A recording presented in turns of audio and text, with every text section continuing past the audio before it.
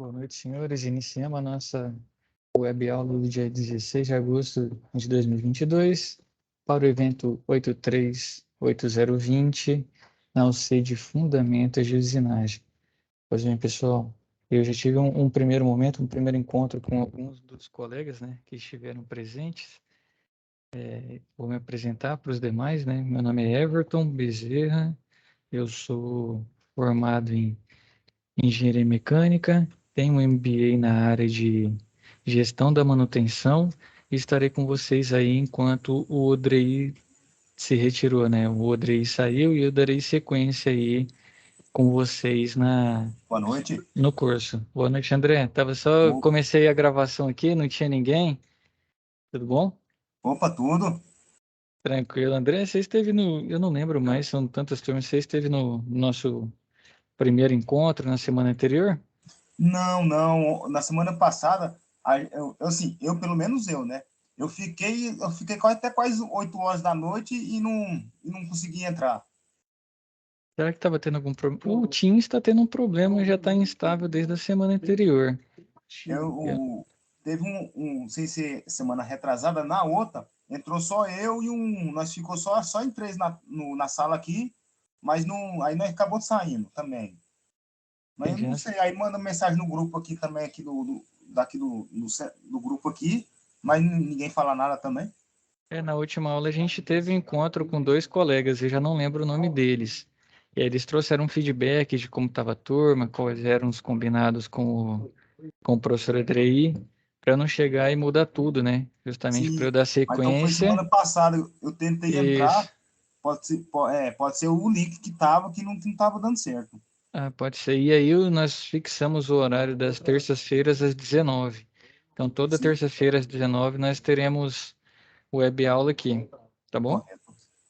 Então, continuando a apresentação ali, enquanto eu estava dando as boas-vindas para o André, eu quero primeiro me apresentar. Já tive uma pré-conversa com algum dos colegas aí na semana anterior e me passou como tá, né?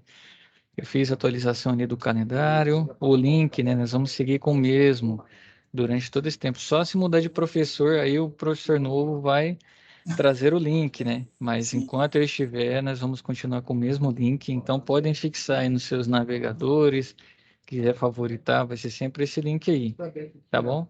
correto. As considerações iniciais, né? Eu acabei conversando com alguns e passando para os demais aí que, se não estiverem presentes, vão estar assistindo depois desse vídeo. Eu sempre venho aqui, né? Costumo brincar que eu sempre venho aqui mediar, né? Esse facilitar o entendimento dos estudos dessa apostila que o pessoal preparou para o nosso curso e eu venho aprender também com vocês. Então é sempre importante aí a participação de todos, porque a experiência de cada um aí faz a diferença. E aqui na turma vão ter pessoas mais hábeis, mais safas que eu em determinadas áreas, né? Com muito mais Sim, experiência, e isso é importante também que a gente agregue, né? A gente agregue tanto a parte teórica que está previsto, quanto as experiências de cada um, porque o que um passou numa determinada parte da carreira, pode ser que o colega vai estar passando nesse momento, ou daqui uns dias. Aqui a gente descobre também pessoas da mesma área, né, de atuação. Então, assim, é um momento tanto para a gente estudar e adquirir, fazer essa escalada do conhecimento, quanto para a gente trocar experiência, trocar figurinha e agregar ainda mais na nossa web aula. Então, quer fazer uma observação, está com uma dúvida ou tem uma experiência a compartilhar? Aqui sim, pode levantar a mão ou chama o professor, né? E a gente faz uma pausa ali, libera a vez para vocês falarem. Então a gente segue com esses combinados, bem tranquilo. Toda terça a gente se encontra. As aulas, né? Como são feitas? Eu creio que, André, você me dá o feedback aí. Tá aparecendo o slide para você, né? tá aparecendo a página do técnico mecânico, fundamentos de usinagem. É Isso, aí isso eu mesmo, né? passei, é isso Isso. mesmo. Sim, Então, a gente sempre vai trabalhar com slide. Quando não trabalhar no slide, a gente vai estar fazendo o seguinte: a gente vai estar fazendo o SAP, buscando um entendimento sobre a SAP, então a gente vai intercalando essas aulas, certo? Tem uma aula teórica aqui e a gente vai falar sobre ferramentas, né? Nessa parte de usinagem.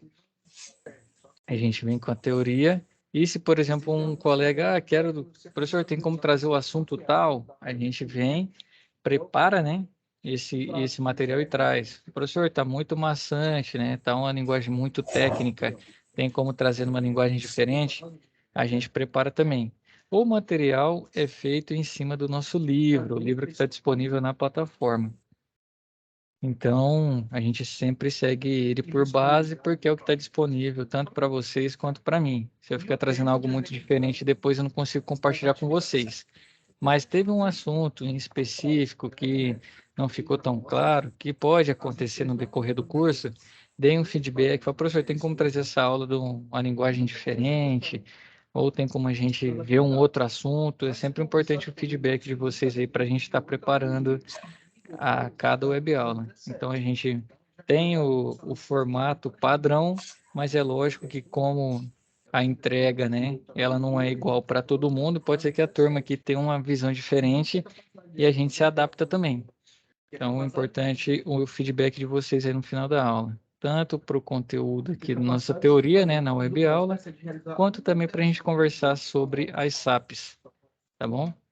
Outra coisa também, aqui eu deixei a câmera aberta para a gente ter esse primeiro contato, né? Ver o rosto do tutor aqui, mas eu costumo também dar a aula com a câmera desligada, até para não atrapalhar os senhores aí com questão de concentração ou passando algum colega ao fundo aqui. Então, costumo dar a nossa web aula com a câmera desligada. Tá bom? André, tá tranquilo? Deu para entender mais ou menos o... O Everton, né? Isso, Everton. Assim, igual, eu tô vindo nisso aqui, assim, eu tô cruzão ainda, sabe? Cru mesmo de Sim, tudo. Tô aprendendo, tipo assim, igual, eu já, acho que quase uns 10 anos atrás, uns 9, eu tinha feito, só um minutinho só. Eu comecei a fazer esse curso, sabe? sim. Aí eu fui, parei, desisti, porque eu não pude continuar. Aí eu voltei agora. Então eu voltei mais perdido que tudo. Mas eu tô, assim, o que dá os colegas lá ajuda. As aulas, assim, eu tô aprendendo muito de novo, fazer tudo. Então eu tô tentando aprender ao máximo para entrar na área mesmo, sabe? Porque ter esse conhecimento. Então,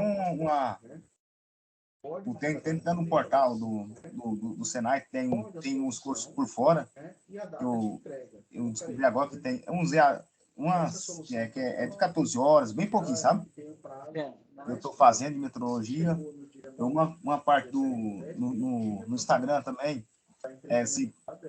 se coloca lá para procurar esse sistema de desenho técnico, aparece muito desenhos, tipo, para fazer para ficar fazendo. Então tá me Sim, ajudando muito nesse momento, essas ferramentas. exato, né? Você começou o curso, era presencial, nem existia EAD ainda, né? Isso, não tinha.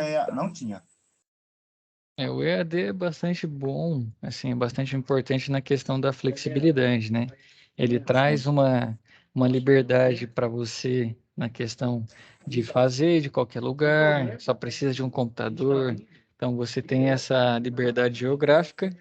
Só que junto da liberdade vem a responsabilidade, né? Isso. Como não tem ninguém no seu pé enchendo o seu saco, se você não tiver uma disciplina, acaba que o curso passa e não consegue agregar grandes conhecimentos. Sim. Então, é uma via de mão dupla, né? Isso. Libera o aluno para ter um melhor aproveitamento, só que ele tem que ser disciplinado também. E nós estamos aqui, André, justamente para mediar isso aí, para facilitar para vocês o máximo possível, a gente caminhar junto na questão de agregar esse conhecimento, né? E eu creio que para você também vai ser bom. A gente tem esse momento teórico aqui e depois tem o presencial. É lógico que o curso técnico, o, o presencial que é a prática, né? Ele é muito mais legal que a teoria. Alguns alunos falam que não, mas eu acho que é só porque o professor está perguntando, né, do teórico, porque se eu fosse aluno também, eu acharia a prática muito mais legal. Mas aqui a gente procura uma forma de alinhar, né? De você já agregar esse conhecimento para chegar na prática e ser mais hábil, né? Ser mais proveitoso o tempo. Eu creio que para o senhor, André, vai ser bacana aí. Sim. Com certeza vai agregar bastante. E, e eu acho também, igual a distância, igual hoje, igual eu falei, no Instagram, se você pesquisar as páginas certas, você ficar colocando lá coisa lá de desenho técnico, esses trem, vai aparecer muitas ferramentas que em si a página lá do desenho lá te dá vários desenhos, várias peças totalmente diferentes e tipo dá ângulo, dá cotagem, dá desenhos para você ver as faces, tudinho, você tentar reproduzir ou na folha do caderno, ou no AutoCAD também. Tem muita ferramenta, muita ajuda hoje em dia, né, com essa tecnologia, né, que ajuda. Exato.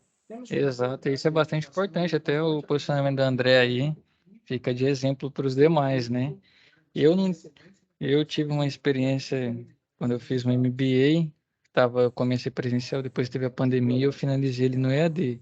Então, assim, o que a plataforma prepara, o Senai prepara é bastante completo. Só que muitas vezes tem coisas que a gente não consegue pegar, muitas vezes só com o material e Isso. fazendo a leitura, né?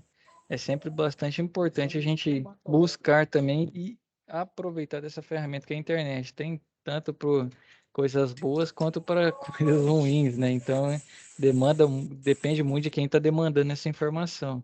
E Sim, bastante legal o seu exemplo aí, André. Pessoal também que às vezes não utiliza tantas ferramentas, mas tem esse costume, essa familiaridade com o Instagram.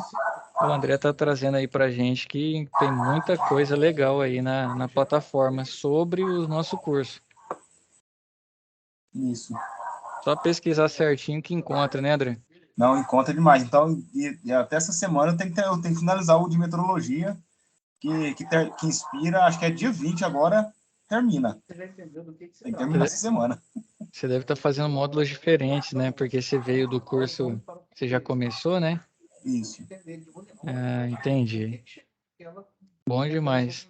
André, então vamos começar nossa Sim, web de hoje. Eu sei que esse é o primeiro encontro, é bom, eu gostei de sua participação aí. Eu gosto quando os alunos participam, né? A gente consegue construir uma aula mais legal. E como que eu faço? Eu vou seguindo esse material aí que você está vendo na tela. Então, vamos dar início à nossa parte teórica aqui de não, hoje correto. sobre ferramentas manuais, né? O homem pré-histórico desenvolveu ferramentas manuais que evoluíram diante das necessidades de melhorar o modo de vida. Naquela época, a pedra era a matéria-prima utilizada para confeccionar as ferramentas. Com ela, nossos antepassados fabricaram tecidos que facilitaram a sobrevivência de milhares de anos. Então, essa questão das ferramentas, né, cada vez que vai se aprimorando, no fim das contas, vai facilitando a vida a nossa vida, né, o nosso dia a dia. Então, começa lá com ferramentas rudimentares, Sim, mas sempre o homem teve essa faceta e essa inteligência de encontrar, né, ferramentas melhores que pudessem trazer para ele outras soluções, né? Então, à medida que foram sendo descobertos novos materiais e novas técnicas, evoluíram as ferramentas e os processos de fabricação até o que temos atualmente. Então, um exemplo, hoje em dia, nós já temos processo de fabricação em que o pessoal fabrica muito material compósito em casa, por meio dessas impressoras 3D, né? Então, se você precisasse de um sapato, você teria que esperar uma unidade fábrica, né, realizar essa fabricação. E hoje em dia tem gente fazendo sapato dentro de casa, né? Compra lá um material compósito, tem uma impressora 3D, faz a programação, a modulação e depois de um tempo está calçado lá o sapato que acabou de isso. fabricar. E ainda mais que é personalizado, né? Você Isso é verdade. não vai comprar algo que estava um pouquinho folgado ou um pouquinho apertado, não. Você consegue fazer na medida. Então, essa é a evolução das ferramentas que vem trazendo para a gente. Aqui a gente começa a falar sobre essas ferramentas manuais que a gente utiliza no nosso dia a dia. Então, quando temos um desenho mecânico a fabricar, precisamos seguir as especificações do projeto. E para isso existem ferramentas que nos auxiliarão para a execução eficaz do produto. A traçagem é uma operação que nos permite desenhar no material que será usinado. Ela deixa marcas que servirão de referência para entender melhor o produto no momento de fabricação. Bastante importante também aqui é a ferramenta de traçagem. Como a gente está falando de metal, o metal tem uma característica dele que é a dureza. Então, se um metal é mais duro que o outro, ele não vai, o de menor dureza não vai riscar o de maior dureza. Então, provavelmente essa ferramenta de traçagem aí você vai ter ela com material de uma dureza bastante alta, para que possa riscar os demais.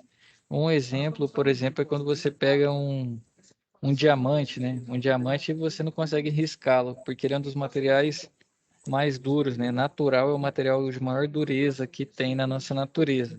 Então, somente materiais sintéticos, e eu nem sei quais, né? Que conseguiria fazer um traço nele. Então, se você pegar uma ferramenta de traçagem e ela não riscar o material que você quer, é justamente porque a sua haste, né? Tá vendo aqui o desenho, ela presa aqui, tem uma ponta, é porque esse material tem dureza menor do que o que você está querendo riscar. Então, tem essa questão também, influencia a propriedade do material. Então, as ferramentas de traçagem marcam a superfície de um material bruto através de linhas e pontos, formando representações das dimensões pré-estabelecidas no desenho mecânico. Um exemplo, deixa eu pensar em um aqui, quando a gente quer fazer um recorte no papel, quero fazer uma forma, né? Vou fazer um círculo ali, pego o compasso, faço um círculo no papel. Quando Sim. eu traço esse círculo, eu estou fazendo esse processo de traçagem, estou marcando quais são os limites que eu vou fazer o recorte. E no material metálico também, né? No caso aqui, um material bruto, vamos considerar um metálico igual essa aqui da nossa imagem. Então, se você vai fabricar um exemplo, uma peça, uma engrenagem. Eu acho que a engrenagem é mais difícil. Vamos pegar um exemplo mais simples aí, fazer um bit, né? Vou fazer um bit desse material aqui. Então, para eu fazer vários bits, eu preciso fazer a traçagem, vou pegar um paquímetro, vou pegar o material adequado, fazer a medida e com a ferramenta de traçagem eu vou fazer o risco, que é como se fosse o gabarito. Justamente para a gente ter, né, a melhor qualidade possível nesse processo de fabricação. Então, aqui ele Sim. marcou ó, de 15 a 15, considerando que a altura desse material é de 30, né? Não sei qual é a unidade. Então ele marcou no meio aqui. Como que ele faz isso? Ele prende, né? Ele sobe pela haste, prende na altura que ele necessita, né? Faz a conferência no material de traçagem e depois pega o material bruto e passa lá, né? Que ele vai riscar. Outro aqui é o nosso riscador, né? Haste cilíndrica de aço que pode ser comparado ao lápis. Ele possui uma extremidade pontiaguda e realiza a marcação. Assim como o lápis risca o papel, esta ferramenta também, né, marca a superfície do material, realizando a traçagem. É lógico que para operar isso aqui é um pouco mais complicado. Por quê? Aqui você está vendo que tem a base, tem a haste fazendo a fixação dele, ele vai ter uma trava, porque o processo de riscar, né, você vai estar retirando o material do material bruto. Você está, para fazer o risco é como se você tirasse um pouquinho, né, seja aço, um pouquinho de aço dele para fazer esse risco. E aqui no riscador, você vai precisar empregar uma força maior e a sua mão tem que ser bastante precisa. Então, se você não tiver uma ferramenta para ajustar, para ajudar no gabarito, né, você pode riscar ele e ter riscos que não sejam da forma que você deseja. Então, como aqui não tem essa base para fazer a fixação e ampará-lo, dá para você fazer a mão, é como se fosse a mão livre, né?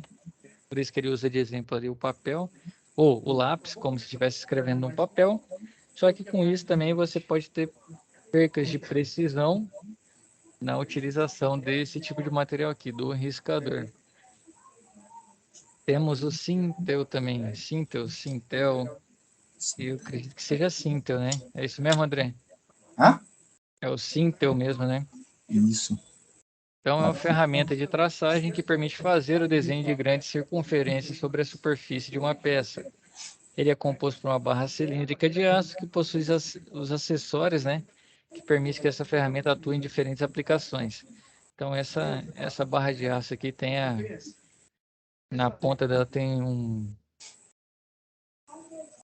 Essa, um formato. Pode falar, André. essa circunferência é para quê? No caso, quando você vai fazer traçar numa peça, um exemplo que eu usei aquela hora, um cilindro, ou um círculo, né? Quando você quer traçar um círculo ali, um desenho angular, você pode utilizar ele, que ele vai funcionar como se fosse um compasso no papel. Ah, sim. E aí aquela pontinha do compasso, que é uma espécie de uma agulha, é essa parte aqui da esquerda, que trava. E aí com ele você consegue girá-lo, né? Você gira o cinto, você pode fazer só um risco, né? Utilizando uma dessas ponteiras, ou que seria uma espécie de um riscador, né? Ou você pode usar as duas pontas aqui. Aqui, muito similar a ele é o compasso, né? Então, ao realizarmos um desenho, utilizamos o compasso que nos auxilia na representação de arcos e circunferências no papel. Na usinagem, a operação de traçagem de arcos e raios também tem essa função. Fabricados em aço, os compassos possuem duas pernas articuláveis com pontas que realizam a marcação e a transferência de medidas. Existem alguns tipos de compassos que são utilizados na operação de traçagem. Esse é o compasso de medida externa de espessura, compasso de pernas retas, né, ou de pontas, e o de medidas internas ou de interiores.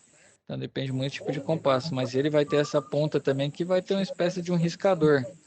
Ele vai conseguir fazer um risco em cima do material que você precisa, né?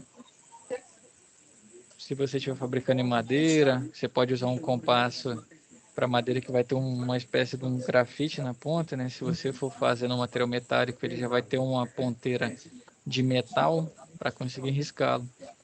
Tem compasso também que eu acho que quando vai usar para vidro, né? Que tem uma ponta com material com um diamante sintético também, que risca vidro.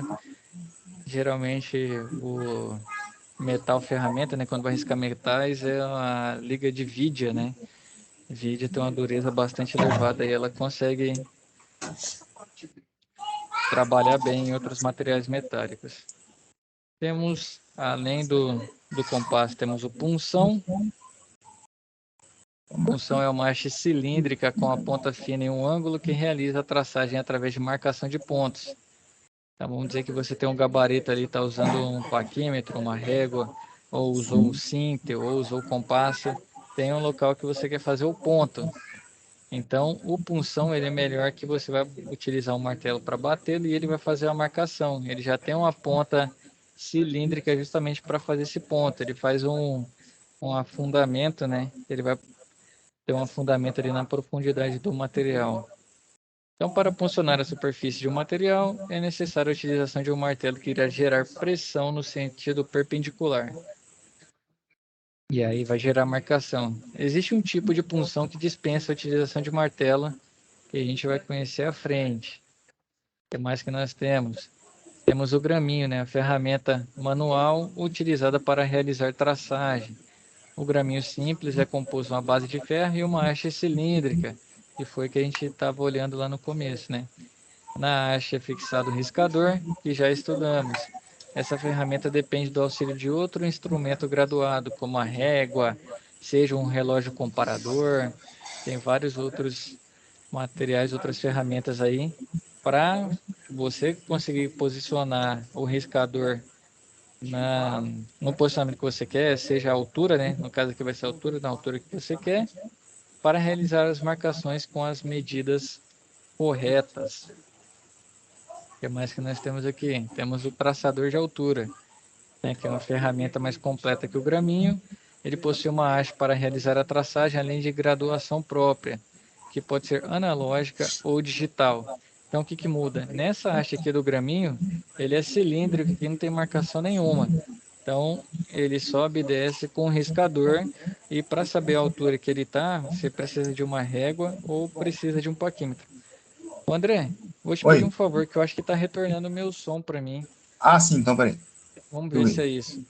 Ou se é o meu fone que está ruim aqui. Então, o graminho, eu acho que estava retornando. Obrigado, André. Então, o graminho, né, ele vai... Se você quiser falar, é só liberar o microfone aí, que tá tranquilo, tá bom? Só porque estava dando um retorninho aqui.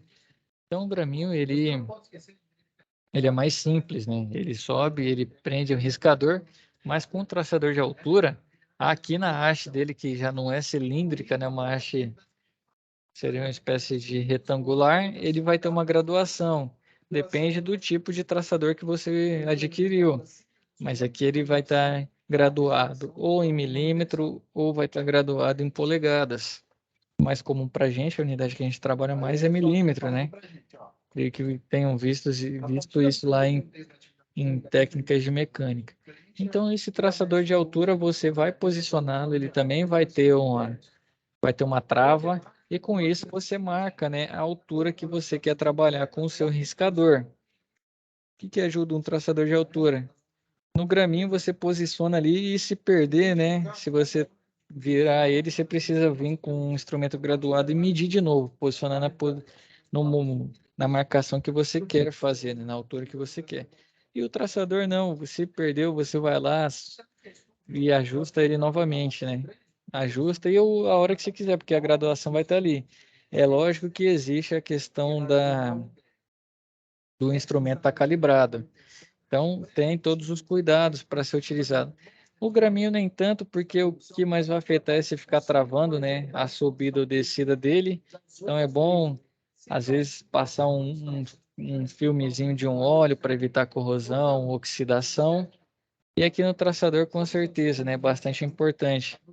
Porque se ele fica descalibrado, você vai estar confiando diretamente nessa graduação aqui, que tem uma régua, né? Uma espécie de uma régua. Então, se você está confiando cegamente nisso, pode ser que você fabrique uma peça com o dimensional que você desejava, e aí chegue lá, como a sua régua estava descalibrada, você vai ter um produto final também fora do padrão, fora da medida que você precisa.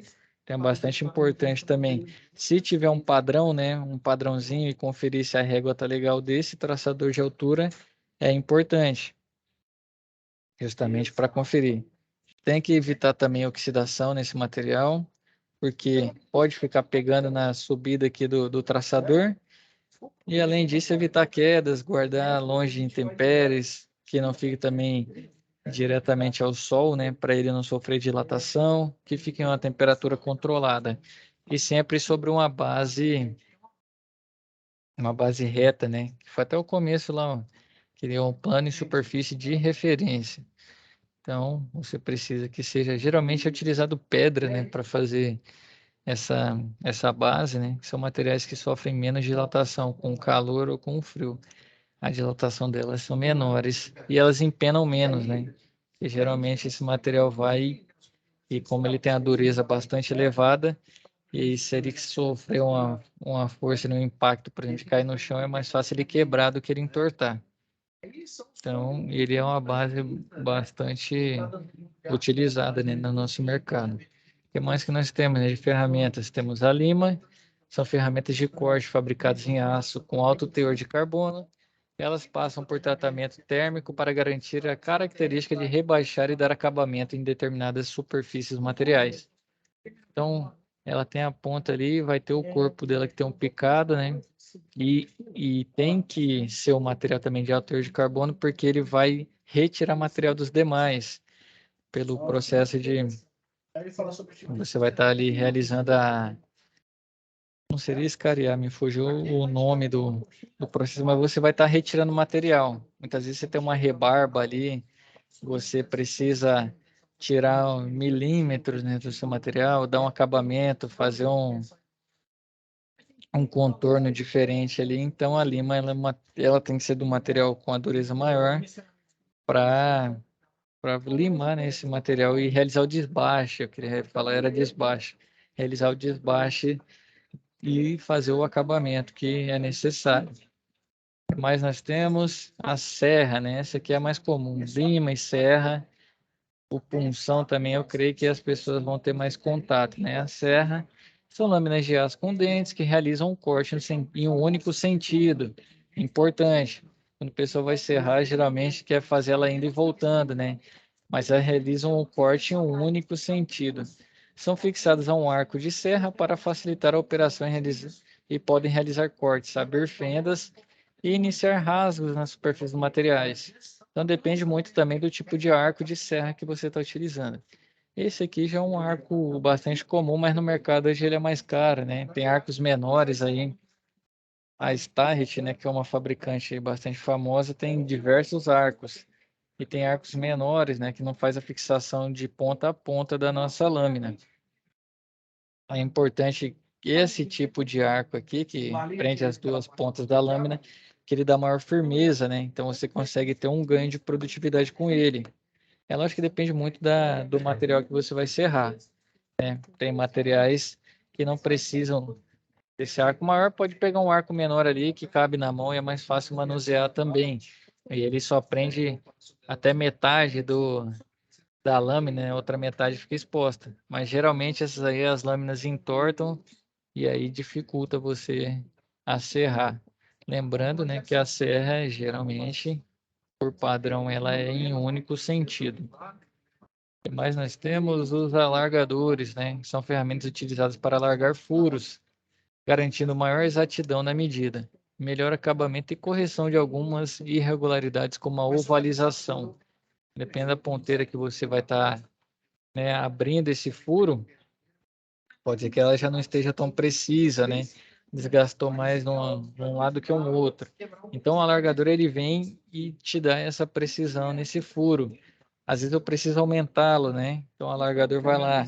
Importante também o manuseio, né, desse e os cuidados para realizar a armazenagem, porque também é uma ferramenta que pode dilatar, pode perder a sua precisão.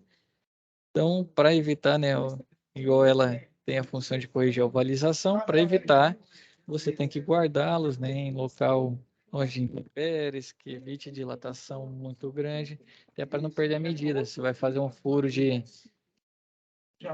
diâmetro de 10, né, 10 milímetros, vai lá, ele está com um probleminha e faz 11. Então, aí você vai ter uma folga que às vezes você não queria ter.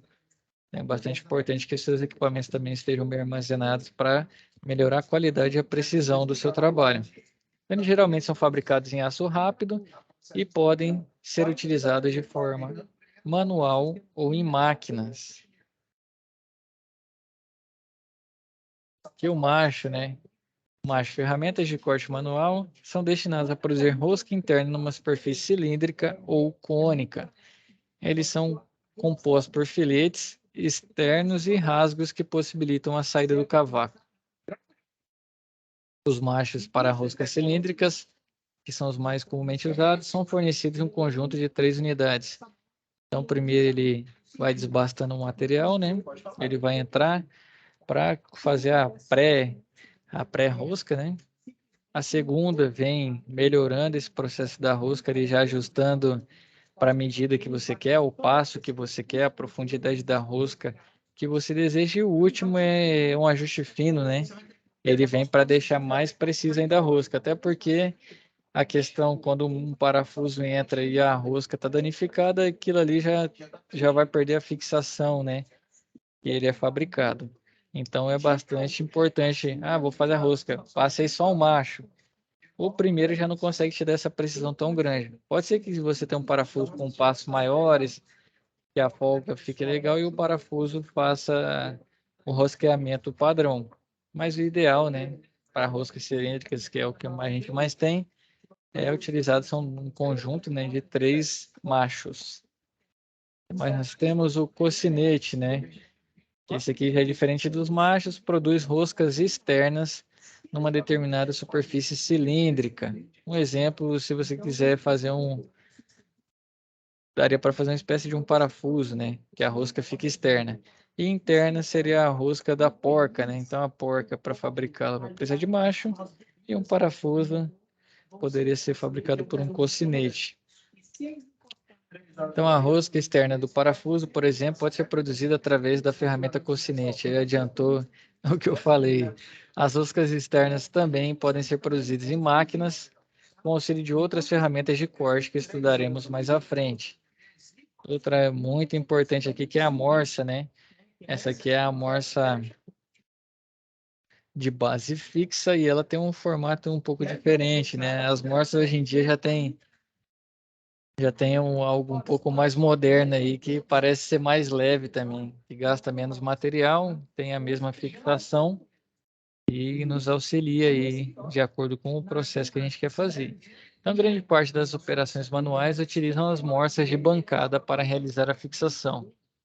Elas são ferramentas que funcionam por meio de um manípulo que, ao ser acionado de forma manual, desloca a mandíbula móvel da ferramenta para a posterior fixação do material. Lembrando, a morsa também, ela na ponta aqui já vai ter um material com a dureza um pouco maior. Então é legal que você também faça a fixação, que fique bem presa a sua peça, mas que você não esmague ela, né? Que depende da dureza do material que você colocar na morsa. Se você aplicar uma força muito grande para a mandíbula dela fechar, você pode chegar a marcar a peça e esmagá-la, né? Então tem que ter esse cuidado, esse tato aí no manuseio da morsa. Outra ferramenta são os grampos. Os grampos são utilizados para prender as peças com o intuito de realizar a operação de ajustagem. As ferramentas geralmente são fabricadas em aço e são conhecidos como morsa de mão. Os grampos tipo C, que é isso aqui que está na nossa imagem, né? São os comumente utilizados. Eles fixam as peças pelas suas extremidades. Então, dependendo do que quer ser feito, né? Você também vai precisar, talvez, de uma base. Você pode usar o grampo para prender, né? Ou você pode utilizar na mão também. Depende muito do que vai ser feito, qual a utilização. O Everton, Sim, André. Não mudou, não. Agora Fic- mudou uma peça, não mudou? Ficou na morsa? É, ou não? Esse grampo é da morsa também, ou não? É bem similar à morsa. Qual que é a vantagem dele? Ou tem a Não, porque eu desvantagem falo também? assim, o slide não mudou aqui, ó. Não sei Vê se... se você consegue controlar. Consegue ou não? Sim, mudou aqui. Então esse é o problema. O Teams, ele está configurado aqui, ó, para ninguém apresentar, e aí tá deixando os alunos apresentarem. Eu não sei o porquê. Ele tá dando vários problemas aí. Então são os grampos. É o slide 17, André. Se você puder me ajudar aí. Deixa eu Isso, só agora tá conferir. 17 aqui. Deixa eu só conferir se a minha conexão tá legal aqui. Tá tudo ok. Então, seguindo, né? Então, é a ferramenta do grampo, ele é ruim porque você vai ter que fixá-lo. Se você for utilizá-lo na mão, ele vai depender da sua força. E aí, quando você tem a morsa, né, que tem a base fixa, ela vai te dar um ponto de apoio melhor. Mas o grampo ele é mais flexível. Tem horas que não dá para usar a morsa. E aí o grampo entra justamente para ajudá-lo. É lógico que tem diversas ferramentas, diversas peças que a gente fabrica, né? E cada uma, às vezes, a ferramenta mais utilizada não serve, né, para aquele processo em si. Então, a gente tem um grampo que seria uma